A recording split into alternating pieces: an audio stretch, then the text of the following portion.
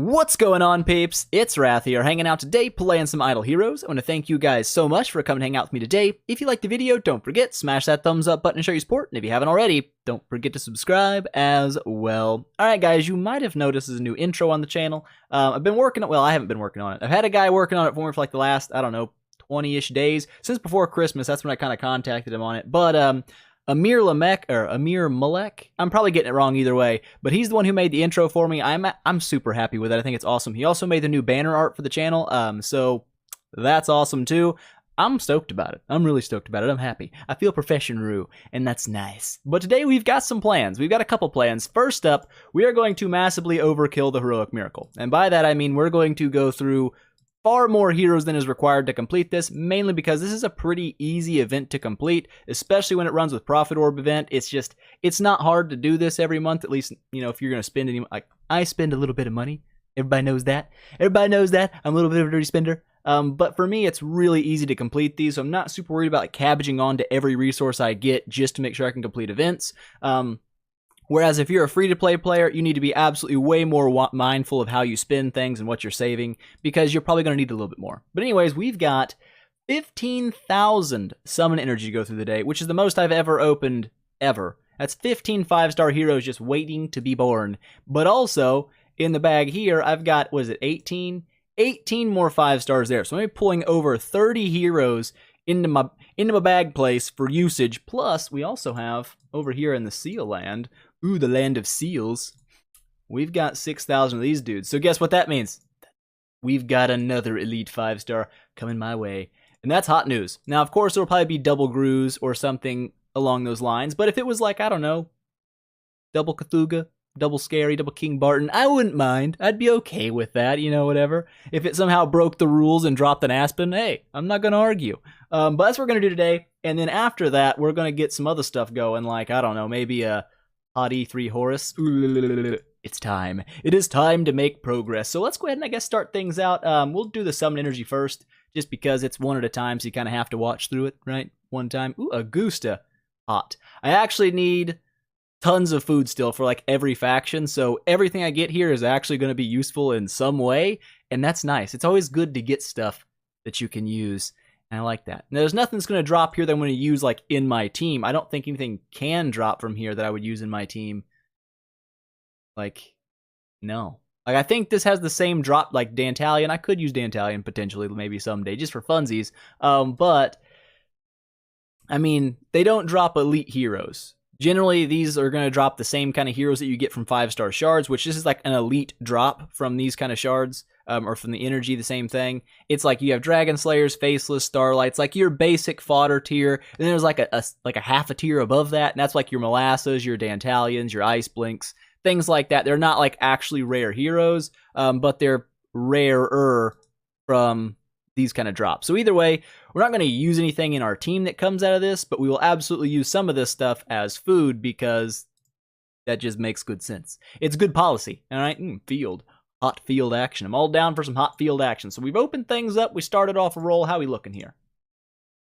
Wow, we got everything done already except for the light heroes. Well, we can do that from our bag straight away. We'll just go ahead and summon out boop, boop, boop, boop, 2 of those. There we go. So the entire heroic miracle has already been completed. Let's go ahead and snag out all that delicious loot. Some more orbs, some scrollages, some armor, and a Valentino copy. I probably won't build Valentino on this account, but I'm not going to rule it out. I'm going to have Mage Tech anyways, so if Flame Strike for some reason down the road is just like really letting me down, I'm like, you know what, I'm not feeling the Flame Strike Cthulhu combo anymore, I could swap her out for a Valentino, I could swap my Cthulhu out for somebody else, you never know. Like I said, that's part of the game. You just know we got some stuff, as you can see. We've made some 6-stars, peeps. We've gotten to the area where things have been made, but we're not done yet. We still have to go through here, and let's just open up all these all at once. Like, bam. Ooh, an Aiden. Delicious. Not really. Not really delicious. Grab these 3 as well, just because, why not? I said, I've got plenty of stuff down here. I'm not worried about the next events. But we do have 18 of these bad boys. How do you want to do it? You want to do all 18 at once? Absolutely. Let's do it. Bang! 18 of them. So we got 1, 2, 3 Abyss. 3 Abyss. And 5, 6, 7, 8 of the Fortress. That's actually really good for me. I need a lot of Fortress stuff. But we do have We're going to do this one at a time because they're elites, okay? Elites, you got to savor the flavor, all right? You can't just jump in and be like, give me all of them, because that's just not fun. So let's see if we can't get something hot. Margaret. I mean, it's Abyss, so I mean, technically it's kind of hot, but it's not. It's really not. I mean, it's food, so I mean, oh, and a Valkyrie. A freaking course, a Valkyrie's going to drop. I hate you, Valkyrie. You're not my friend. You're not my friend. You know what we're going to do? We're going to feed Valkyrie out today. That's what we're going to do. Because I'm done with her. Okay? I'm not building her again. I've already built her once. It's not happening. She today becometh foodeth. That is her job. But we did get quite a bit of stuff out of those shards. It made my food situation feel much, much better. With a 6-star here, we have what? 7, 14, 18, 19, 20, 21, 22, 23. 23 heroes. 2 more 6-stars is what? 12? We might be able to make a 9-star in the Shadow faction even. Ooh, plans are changing. No, they're not changing. I'm going to stick with this staying where it's at for now because monthly reset is coming. It's coming in 105 hours. The event ends in 114. So 10 hours before the end of the event, I'm going to get a new monthly refresh, and that's awesome. It's going to be great for me because it's going to save me like $100. Essentially, that's what it's going to do. Because I'm going to have all my tavern quests ready to go. I'm going to save up 25-star quests. I've already got the 6 and 7-star quests, no problem. So when the monthly refresh happens, I'm going to grab 20 new profit orbs immediately, and that's a huge deal. And then I'll buy out the rest of the value packages that I need to get to a 4th completion. We're going to complete the profit event one more time, and I'm really thinking, now that we did all those summon outs of things, and we got quite a few Abyss heroes from them, I mean, we've got a lot of Abyss heroes just hanging out here. What I'm thinking is maybe we'll go back in Light and Dark and do this again, because right now, if I really wanted to, as soon as I do the profit event again, even without orbing in Light and Dark, I could make my Aspen a 9-star Aspen. That's what I could do. But if I orb in Light and Dark again, if I get freakishly lucky, like the luckiest a man ever could possibly dream to be, what I could potentially do is 10-star my Aspen. The odds of this are infinitesimally low. That's actually going to be a thing. But you never know. And if I can get Aspen a 10-star, that is great news. Because once you get a darker light hero to 10-star, it's way, way easier to get him to E3 than, I mean, it's the same easiness as anything else. But the real struggle for Light and Dark is getting to 10-star. Because you've got to get all the 6-star dark food, 6-star light food. And that's where the real bulk of the work comes from. So once I get him to 10, it's easy mode from there. So anyways, what we're going to do right now is we're going to go back into this area because I don't know why I left it. And we're going to get Gusta here. Gusta. We're going to get Gusta up to 10-star, and then we're going to use him as food to my Horus, and it's going to be a good start to things. So let's jump in here. We'll throw a Margaret into this piece. We'll throw that in there. Eeny, meeny, miny. We don't need all these Gustas. I only need 3 more for 9 and then for 10. So I got 2 extra Gustas still. That's good news. That's actually really good news. Essentially, before I opened all these shards, I was kind of wondering how I was going to make things happen in terms of making my other 9-star hero in the Abyss faction. But, oh, really, I would put them all in the stinking arena. You are dumb, Wrath. Why do you do dumb things? I don't know. It's a good question, but it's who I am. It's who I am. Trial of Champion, come here. Defensive. Let's go ahead and we don't need you. I said set lineup. I didn't say that, but I said it now. Those 2, wait. Yes, that's all we need. So we'll go ahead and we'll put in, do we have any other, do I want to really, this is so boring. I do need to save 2 Normas back, so that'll work. That'll work. Keeps the aura in there. I like it. May Gusta. All right. So Gusta, you ready to go up again? We got a Gusta here for 9. We got a 6-star here for 9, and we've got 2 5-stars. We can go with a Fat Moo, since I'm not, I don't need to build Fat Moo up anymore. I've got the Normas I'm saving back for the next 9-star. It'll be fine. Let's get this dude up to the hot 9 action. There you go, Gusta. Ooh, delicious. And now it is time. It is time to... Oh, we're going to have to do this again, aren't we? Yeah, because you are in the arena and the Trial of the Champion. Well, I'm sorry. I'm sorry. All you people out there that really like Valk, you're probably like tripping balls right now. You're like, there's no way. He's not actually going to... I'm actually going to do it, okay? Valk is gone. She is dead to me. I don't care about the Valk monster.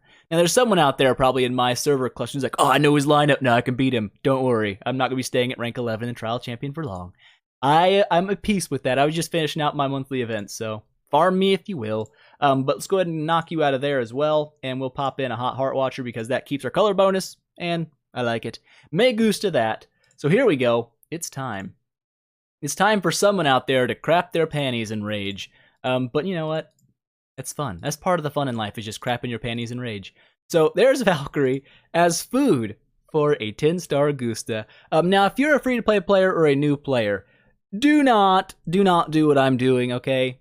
It's not a good idea. But I've already got an E3 Valk. She's a very solid unit, very good. She's used a lot. That's why I'm not building her again, and that's why she's being food here. Just want to make that clear so nobody out there's like, oh, Valk sucks. Wrath used it as food. She does not suck. I just do not like her right now.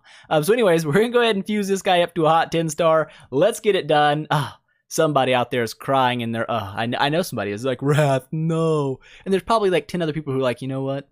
Good on you, Wrath. Good on you for throwing away that cancerous tumor. 10-star Gusta. He actually looks pretty cool.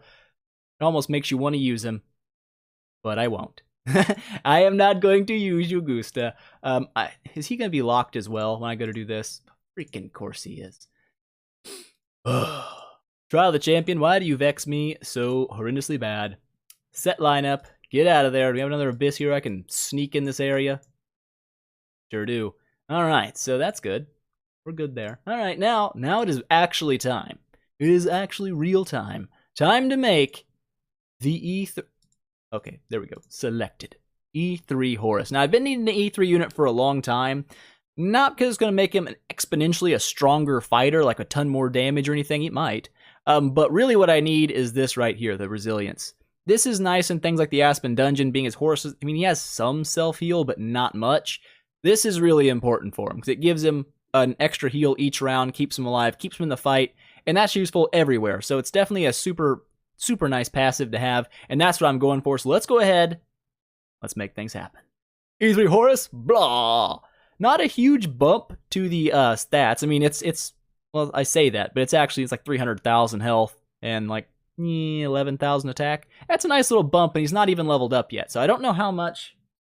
Oh dear God, we're not even close. I can get this guy to at least 80, right? 280? Oh yeah. But 290 is not going to be a thing for right now. We can give him 285 though, right? Yes we can. 5 times, maybe we can. Oh, math is great. 290, perfect, we did it. I'm happy.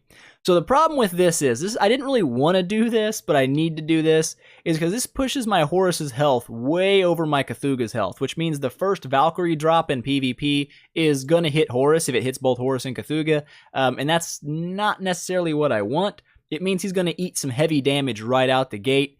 Not a good deal, but hopefully after he eats that big amount of damage, Cthulhu will be there to catch the next burn. So, I need to get this guy upgraded as well, but I'm thinking, here's my brain plan, while we've got our E3 Horus action made, is I'm thinking, here's what I was going to do. I was going to 9-star my Norma here, because I've got enough fodder to make it happen, because I'm a dirty spender, and I spend a lot of money, and it makes things happen. But I was going to 9-star this, and then E2 Cthulhu.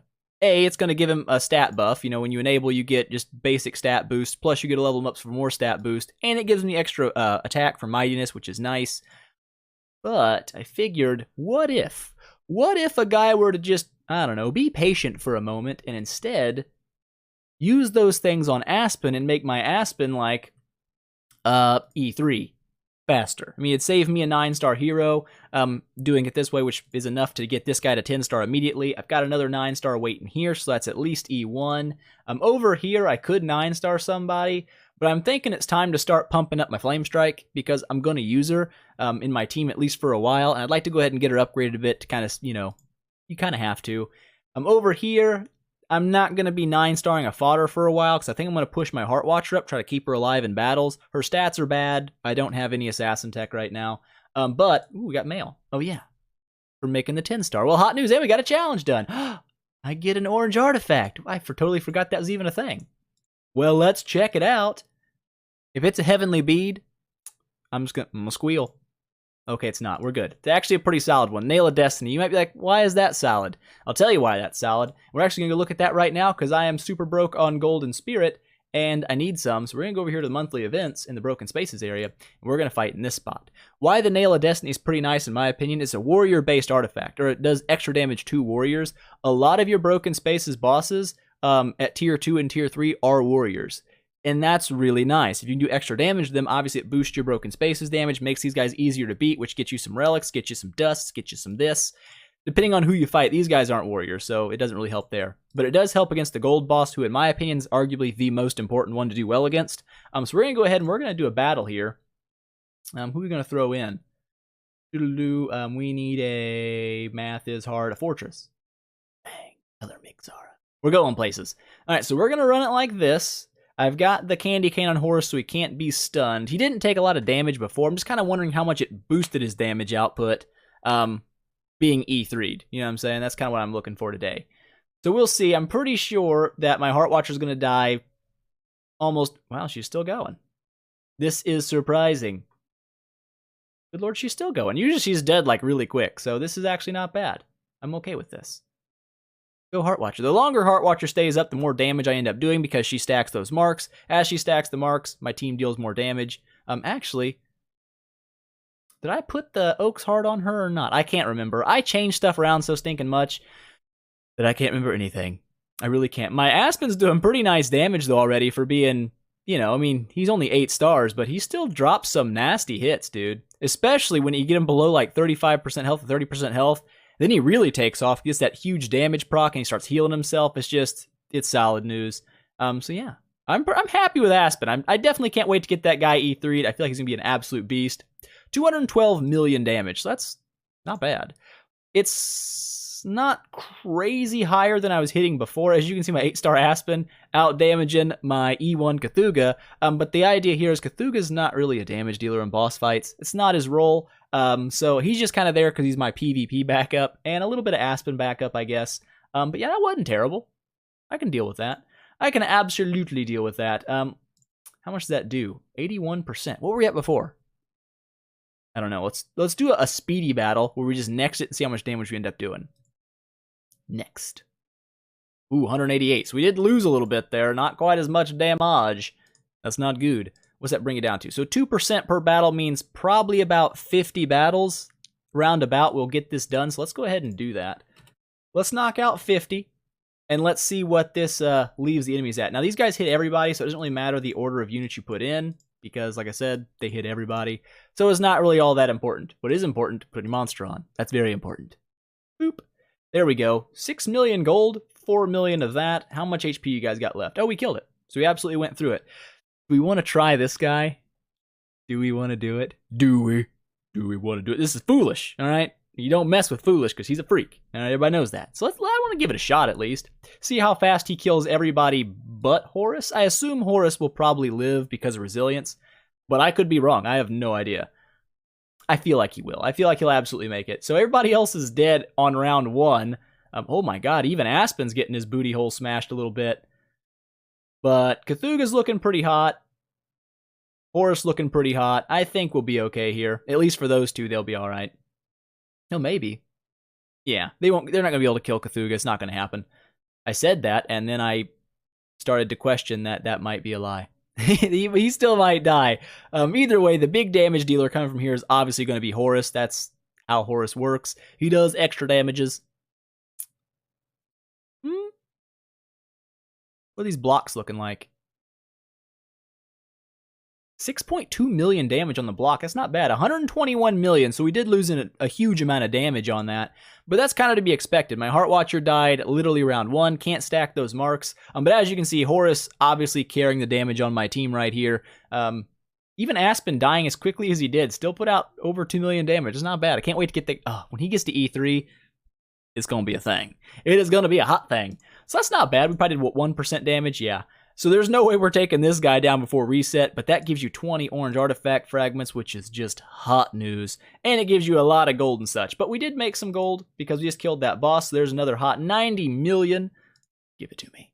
I need that in my life super bad.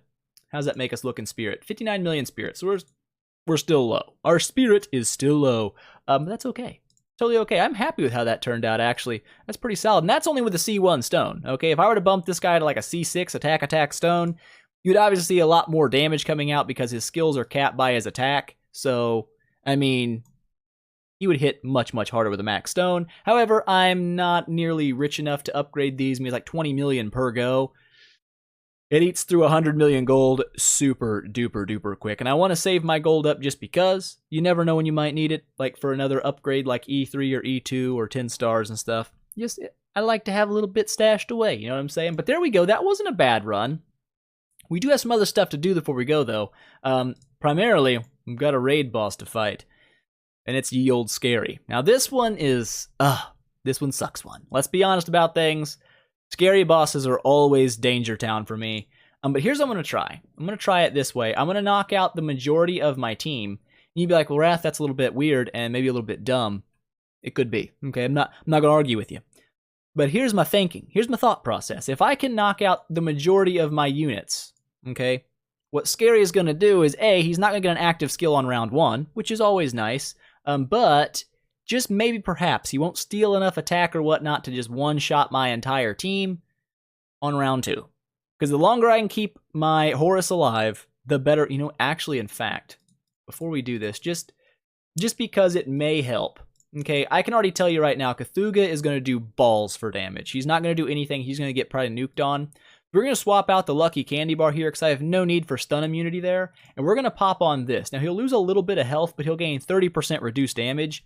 And that's what I want. That extra reduced damage might keep him alive just long enough to deal a little bit more damage. And that's the idea. For you, Cthulhu, I guess we'll throw the candy cane on you because why not? How are you looking? No, I did put the Oak's Heart on her. You're good to go, Heart Watcher. But anyways, let's jump in and see if we can at least make it. We got to at least make it past 18 million damage. Okay, that's our bare minimum. And that's for all 3 attacks. So let's go ahead and get you out of there. Oops, we'll put you back in there just because I think 3 units will be fine. Let's jump in and see just how fast these guys are going to kill me. I'm assuming incredibly quickly. But you never know. I might do really, really well. I won't. Okay, so the basic attacks, not super fearsome, which is to be expected. But here comes the wave of... Ooh. Did you just see that damage? Holy crap noise. So we did you 12 million, which is not fantastic, but... Good lord. Maybe we should try one with the entire team, because it's hard to do worse than immediately dead.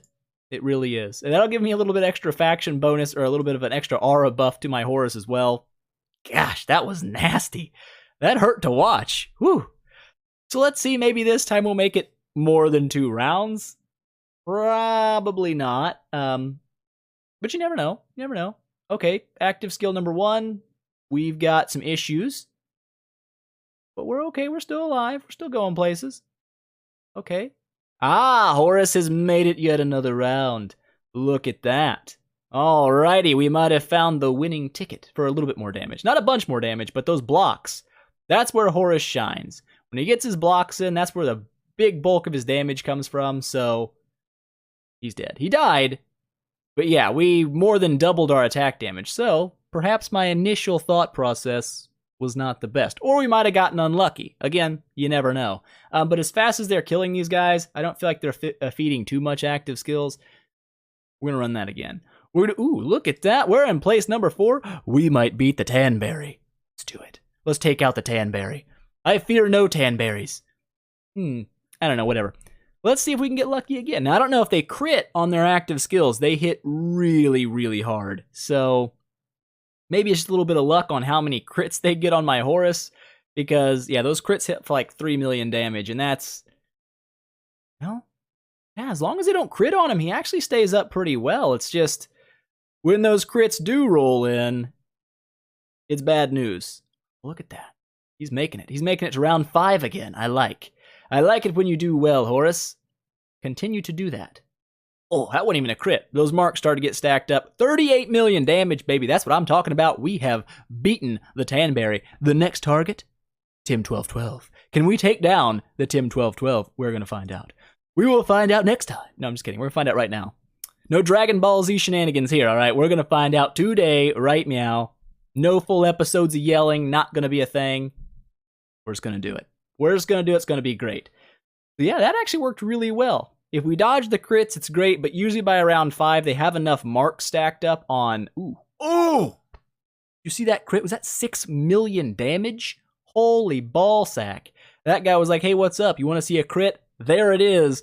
And that's Danger Town. So that kind of smoked on Horus's happy parade, but whatever. We still made it in the top 3, and I haven't been there in a while again, so it feels great to be back. Welcome back, Wrath.